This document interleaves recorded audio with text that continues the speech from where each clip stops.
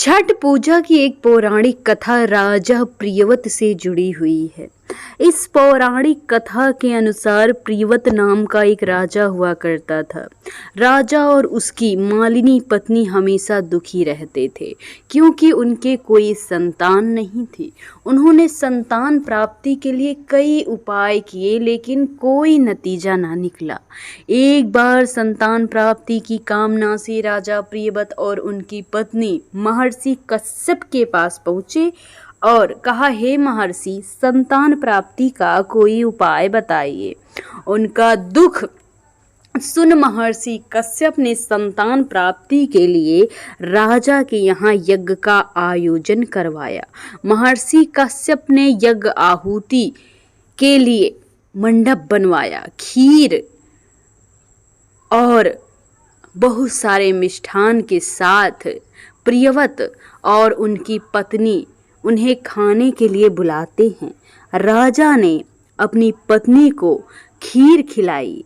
खीर खाने के बाद राजा की पत्नी गर्भवती हुई। 9 महीने के बाद रानी को पुत्र पैदा हुआ लेकिन मृत हो गया। ये देख राजा और उनकी पत्नी बड़े दुखी हुए।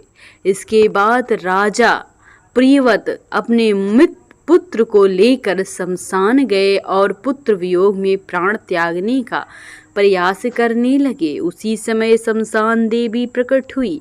देवी ने राजा प्रियव्रत से कहा, मैं ब्रह्मा की पुत्री देवसेना हूँ। सृष्टि की मूल प्रवृत्ति के छठे अंश से उत्पन्न होने के कारण खष्टी कहलाती हूँ। तुम किस लिए परेशान हो? मुझे सारा रहस्य कह सुनाओ। राजा ने सारी कहानी बताई। इसके बाद खष्टी देवी ने राजा प्रियव्रत से कहा कि यदि तुम मेरी विधि पूर्वक पूजा करोगे, आराधना करोगे, तो मैं तुम्हें पुत्र रत्न अवश्य प्रेरित करूंगी और प्रदान करूंगी और तुम मेरी कथा के लिए और सांसारिक व्यक्तियों को प्रेरणा दोगे तो उसकी दीर्घ आयु होगी। राजा ने देवी के कहे अनुसार कार्तिक शुक्ल की कष्टी तिथि को व्रत रखकर देवी खष्टी की विधि विधान से पूजा की। इसके बाद रानी को एक बार फिर से संतान प्राप्ति हुई। वो गर्भवती हुई। 9 महीने के बाद पुत्र रत्न की प्राप्ति हुई।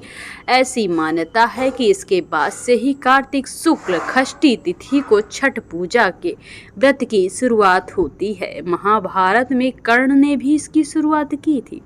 महाभारत काल में माता कुंती के पुत्र कर्ण को दानवीर माना जाता है। कर्ण को माता कुंती ने सूर्य देव का पुत्र माना था।